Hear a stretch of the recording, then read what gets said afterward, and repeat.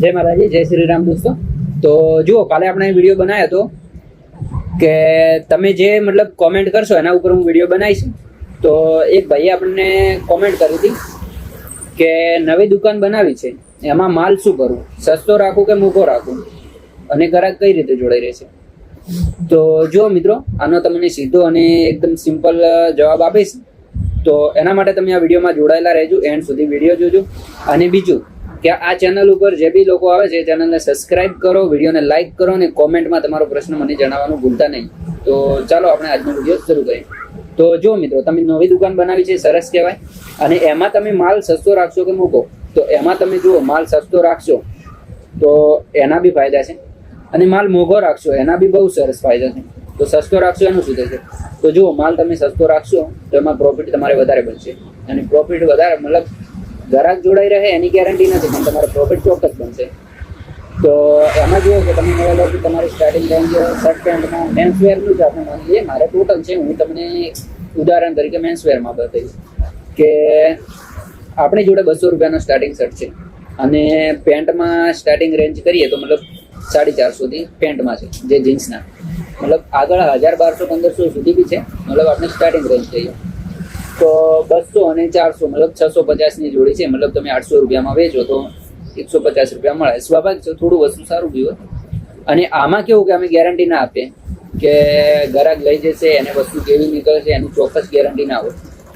અને બીજું કે મિત્રો, તમારે જો નવી દુકાન કરવી હોય ને તો સસ્તો માલ રાખવાનો, પણ એટલો બી સસ્તો નહીં કે સમજો કે દુકાન મતલબ આપણે 12 મહિના ચલાય અને પછી એ જે ગ્રાહક લઈ જાય એ ગ્રાહક તૂટે એવું કામ નહીં કરવાનું. તમે માલ રાખો, સસ્તો બી રાખો અને મોંઘો બી રાખો. જો સસ્તો ગ્રાહક માગે તો એને સસ્તો આપજો, મોંઘો બાકી સારી વસ્તુ માગે તો મોંઘો. અને એમાંથી જો બે વસ્તુ થશે, તમે જે સારો માલ લઈ જતા હશે એ તો લેવાના જ છે, અને જે સસ્તું માલ છે એ તો સસ્તું જ લેવાના છે, બીજી વાર બી આવશે તો સસ્તું જ લઈ જશે. અને મિત્રો, જે મોંઘો લઈ જશે એ તમારું ગ્રાહક બનશે, એ ચોક્કસ હું તમને લખીને આપું કે જે તમારો મતલબ 400-500 રૂપિયાનો શર્ટ લઈ જશે, જે તમારો મતલબ 800-900 રૂપિયાનું પેન્ટ લઈ જશે, જોડી એની 1400-1500 રૂપિયાની થશે, એ તમારું રેગ્યુલર ગ્રાહક છે. અને જે સસ્તું લઈ જશે એ તો અહીંથી બી સસ્તું મળશે, ત્યાં સસ્તું મળશે તો ત્યાંથી લઈ જવાનું. એમાં આપનું મતલબ કોઈ ચોક્કસ ભરોસો ના હોય કે આપણા જોડે જ જોડાઈ રહે. હા, પણ જે તમારી જોડે સારી વસ્તુ લઈ જશે એ તો તમારી સાથે જોડાયેલા જ રહેવાના છે.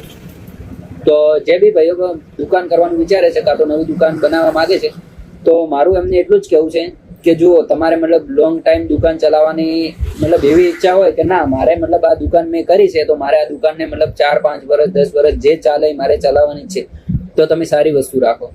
તમે સસ્તું રાખો પણ એના કરતાં વધારે સારી વસ્તુ રાખો. જો સસ્તું તમારે મતલબ જે ગ્રાહક આવે 700-800ની જોડી માગે એને તમે બનાવી આપો, ના નહીં, પણ તમે જે મોંઘી વસ્તુ રાખો છો એ મતલબ તમારા ગ્રાહકને જોડી રાખે છે તમારા જોડે. અને બીજું કે તમે જ્યારે ગ્રાહક જોડે વાતચીત કરો તો સારો એવો સંબંધ બનાવો, જ્યાંથી મતલબ ગ્રાહક તમારી સાથે જોડાયેલું રહે. તમારી વાણી એવી રીતે તમે વાતચીત કરો કે ગ્રાહકને એમ એવું લાગે કે ના ભાઈ, આ દુકાન સારી છે, એથી માલ આપણે ખરીદી કરશું. અને જે સારી વસ્તુ લઈ જશે, 12 મહિના 6 મહિના વસ્તુ પહેરશે, એ તો તમારું ગ્રાહક ચોક્કસ બંધાયેલું છે, અને બીજા 4 જણને લઈને આવશે.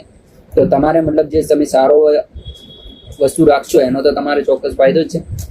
અને બીજું કે સસ્તી વસ્તુ લઈ જવા વાળા તો લઈ જશે. તો વસ્તુમાં તમે બંને પ્રકારનું રાખો, સસ્તું ને મોંઘું.